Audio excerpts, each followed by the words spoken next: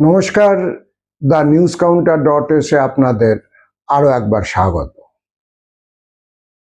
আপনারা জানেন যে চন্দ্ররথ শুভেন্দু অধিকারীর আত্মসহায়ক হিসেবে পরিচিত ফল গণনার ঠিক পরপরই সন্ধেবেলা মধ্যমগ্রামের কাছে খুন হয়েছিলেন।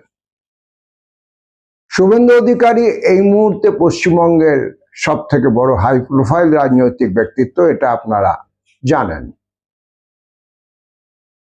যেটা এই মুহূর্তে সব থেকে আলোচিত, চন্দ্রনাথ রথের এই আকস্মিক হত্যাকাণ্ডের কারণ কি? মাননীয় মুখ্যমন্ত্রী শুভেন্দু অধিকারী তিনি প্রথম দিনের ক্যাবিনেট বৈঠকের পর সাংবাদিকদের প্রশ্নের উত্তরে জানিয়েছিলেন যে এই সংক্রান্ত আপডেট হাইলি কনফিডেন্সিয়াল, কোনো সন্দেহ নেই। আমরা এটাও জানি যে সিবিআই টিম ইতিমধ্যে এসে পৌঁছেছে। রাজ্য সরকার, নবগঠিত রাজ্য সরকারের অনুরোধে সিবিআই এই তদন্তের দায়িত্বভার নিয়েছে। ইন্টারেস্টিং কতগুলো বিষয় আমার মনে হয়েছে যে আপনাদের সঙ্গে শেয়ার করা উচিত এই অত্যন্ত সংবেদনশীল হত্যা মামলার সঙ্গে। এখন পর্যন্ত পুলিশ 3 জনকে গ্রেপ্তার করেছে, মানে যখন আমি আপনাদের সঙ্গে এই প্রোগ্রামটা করছি। তার মধ্যে একজন রাজু সিংহ, একজন মৃগাঙ্ক, মাফ করবেন, মায়াঙ্ক মৌর্য, এবং আরো একজন তৃতীয় ব্যক্তি ভিকি মিশ্র, তারা গ্রেপ্তার হয়েছেন। এখন এই মায়াঙ্ক, রাজু বা রাজ সিংহ এবং ভিকি, এরা কেউই পশ্চিমবঙ্গের নয়। এদেরকে গ্রেপ্তার করা হয়েছে উত্তরপ্রদেশ থেকে। তদন্তে পুলিশ যা তুলে আনতে পেরেছে সেখান থেকে যেটা দেখা যাচ্ছে যে এটা একটা আন্তঃরাজ্য অপরাধ চক্রের আততায়ীরা খুন করেছে। আমি আবারও বলছি, পুলিশের তদন্তের এখন অবধি এটাই ফাইন্ডিংস। এখানে শার্প শুটাররা এসেছে উত্তরপ্রদেশ থেকে, তারপর ঝাড়খণ্ডের একটি ডেরায় বসে এই হত্যার পরিকল্পনা হয়েছে এবং অপারেশনটা এক্সিকিউটেড হয়েছে মধ্যমগ্রামে। এখান থেকে একটা জিনিস আমার জানার কৌতূহল, এই যারা আততায়ী বলে চিহ্নিত হয়েছে পুলিশের তদন্তে, আপাতত প্রমাণিত নয়, পুলিশি তদন্তে চিহ্নিত এবং যাদেরকে কাস্টডিতে পুলিশ নিয়েছে, রাজ, মায়াঙ্ক এবং ভিকি, এরা যে অপরাধের মূল নায়ক নয় এটা পুলিশও মেনে নিয়েছে। আপনারা কাগজে বা অন্যান্য সংবাদ মাধ্যমে দেখেছেন পুলিশ মূল মাথাকে খুঁজছে। অর্থাৎ এরা কেবলমাত্র ভাড়াটে খুনির ভূমিকায় নেমেছিলেন। তার মানে একটা জিনিস পরিষ্কার যে এই হত্যাকাণ্ডটা পরিকল্পিতভাবে সংগঠিত করা হয়েছে। যারা এটা এক্সিকিউট করেছে মাত্র তারা আন্তঃরাজ্য অপরাধ চক্রের লোক, তারা পেশাদার ঘাতক বা শুটার, আপনি যাই বলুন, কিন্তু তারা ব্রিফটা নিয়েছে অন্য কারো কাছ থেকে। অর্থাৎ চালু ভাষায় সুপারি নেওয়া বলতে যা বোঝায় সেটা অন্য কেউ। আর একটা জিনিস যে কোনো অপরাধ আদালতে প্রমাণ করার ক্ষেত্রে খুব গুরুত্বপূর্ণ, আপনারা সেটাও জানেন, সেটা হচ্ছে মোটিভ অফ দ্য ক্রাইম। আমি একটা খুন পরিকল্পনা করলাম বা সংগঠিত করলাম, তার পিছনে মোটিভটা কি, কারণটা কি? আপনারা এটাও জানেন যে শুভেন্দু অধিকারী তাৎক্ষণিক প্রতিক্রিয়ায় বলেছিলেন যে তৃণমূল নেতারা ভবানীপুরে হারের প্রতিশোধ নিতে তার আত্মসহায়ক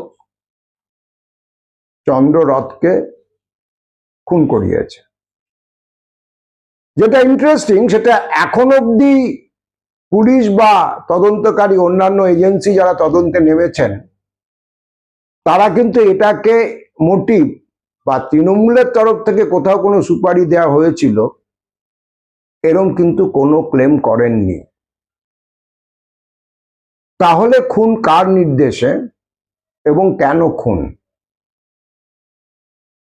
আর আরো একটা প্রশ্ন উঠে আসবে যে যদি ইমিডিয়েট কোনো কন্ট্রাক্ট পার্সনকে পাওয়া যায় যিনি এই সুপারিটা দিয়েছিলেন, তারও পিছনে কোনো যদি গডফাদার থাকে তাহলে সেই গডফাদারকে কি আদৌ কোনোদিন চিহ্নিত করা যাবে? আমার এখানে একটা বড় প্রশ্ন চিহ্ন রয়েছে। দ্বিতীয় বিষয় যেটা আরো ইন্টারেস্টিং, বিজেপির এবং শুভেন্দু অধিকারী প্রাথমিক অভিযোগ ছিল ঘাতকেরা তৃণমূল কংগ্রেসের নির্দেশে খুনটা করেছে। কিন্তু এই যে ত্রয়ী অপরাধীকে চিহ্নিত করে ধরা হয়েছে ডিজিটাল ফুটপ্রিন্ট এবং অন্যান্য সূত্র ধরে, সেখানে রাজ সিং নামে যে মুখ্য চরিত্রটার আমরা পরিচয় পাচ্ছি তিনি কিন্তু বিজেপির ঘনিষ্ঠ, এটা সামাজিক মাধ্যমে তার ফেসবুক প্রোফাইল থেকে পরিষ্কার। এবং বিজেপি ঘনিষ্ঠ আরেকটি সংগঠন আছে আমাদের পশ্চিমবঙ্গে বা কলকাতায়, তার ইতস্তত কিছু তৎপরতাও আছে, ক্ষত্রিয় মহাসভা। এই ক্ষত্রিয় মহাসভারও অন্যতম কার্যকর্তা ছিল এই রাজ সিংহ। এখন বিজেপি নেতৃত্ব যেটা বলেছেন বা শুভেন্দু যেটা বলেছেন তৃণমূল কংগ্রেস খুন করিয়েছে, তৃণমূল কংগ্রেস খুন করাতে গেলে কি এমন কাউকে বেছে নেবে যে মূলত বিজেপির ঘনিষ্ঠ? শুভেন্দু অধিকারী বলেছেন পুরো আপডেটটা হাইলি কনফিডেন্সিয়াল। আমার কাছে কিন্তু এটা হাইলি সাসপিশাস অ্যাজ ওয়েল। আপনারা বাকি ক্রোনোলজি যদি খেয়াল করেন যে কয়েক বছর অন্তর শুভেন্দু অধিকারী তার ব্যক্তিগত সহায়ক বলুন বা ঘনিষ্ঠ সহকারী বলুন, এরা খুন হয়েছেন এরকম সংখ্যা কিন্তু 3। তার মানে শুভেন্দু অধিকারী যেহেতু প্রভাবশালী ব্যক্তিত্ব অতীতেও ছিলেন, এই নয় যে মুখ্যমন্ত্রী হওয়ার পরে তিনি আচমকা প্রভাবশালী হচ্ছেন, তাহলে তার ক্লোজ কন্ট্যাক্টে থাকা ব্যক্তিগত সহায়করা এমন কোন ডোমেনে অ্যাক্সেস পেয়ে যাচ্ছেন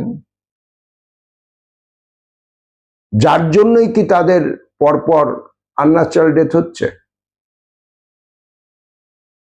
অ্যাপারেন্টলি এটা একটা ক্রাইম থ্রিলারের মতো শোনাচ্ছে, আমি জানি, শোনাবে, আমি জানি, কিন্তু যারা সত্যকে খুঁজতে চান তাদের সমস্ত লুজ এন্ড গুলোকে খুঁজে দেখা, ইনভেস্টিগেট করা তার কিন্তু দরকার পড়ে। না হলে আচমকা শুভেন্দু অধিকারীর শেষতম যিনি ব্যক্তিগত সহকারী হিসেবে পরিচিত ছিলেন,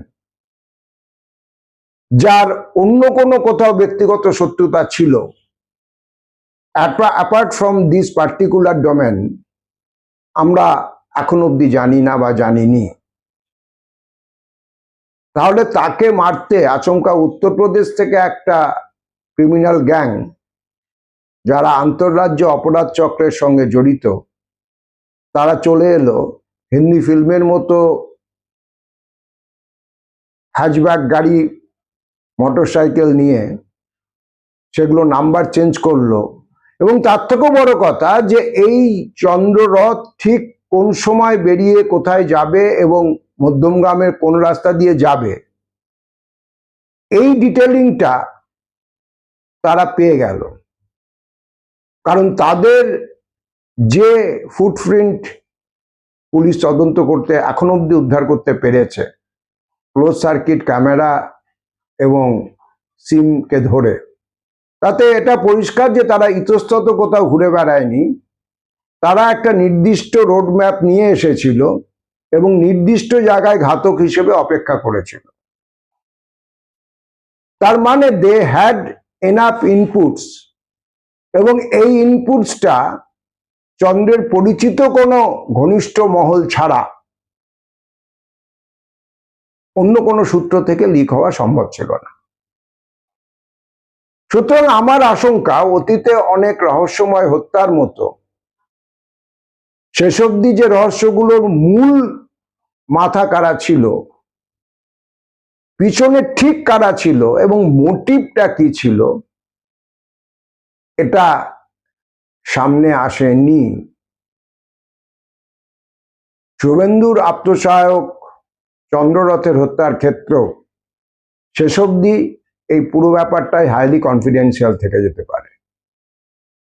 আমার অনুমান যদি ভুল হয় আমি খুশি হব, কিন্তু আমি অতীতের একাধিক ঘটনার উপর দাঁড়িয়ে আমার এই পর্যবেক্ষণটা আপনাদের সঙ্গে শেয়ার করছি। আপনারা আপনাদের মতামত এই সেনসিটিভ মার্ডার কেসে আমাদের কমেন্ট বক্স খোলা থাকে, অবশ্যই জানাতে পারেন। দেখা হবে পরবর্তী এপিসোডে। চেষ্টা করুন সকলে ভালো থাকতে।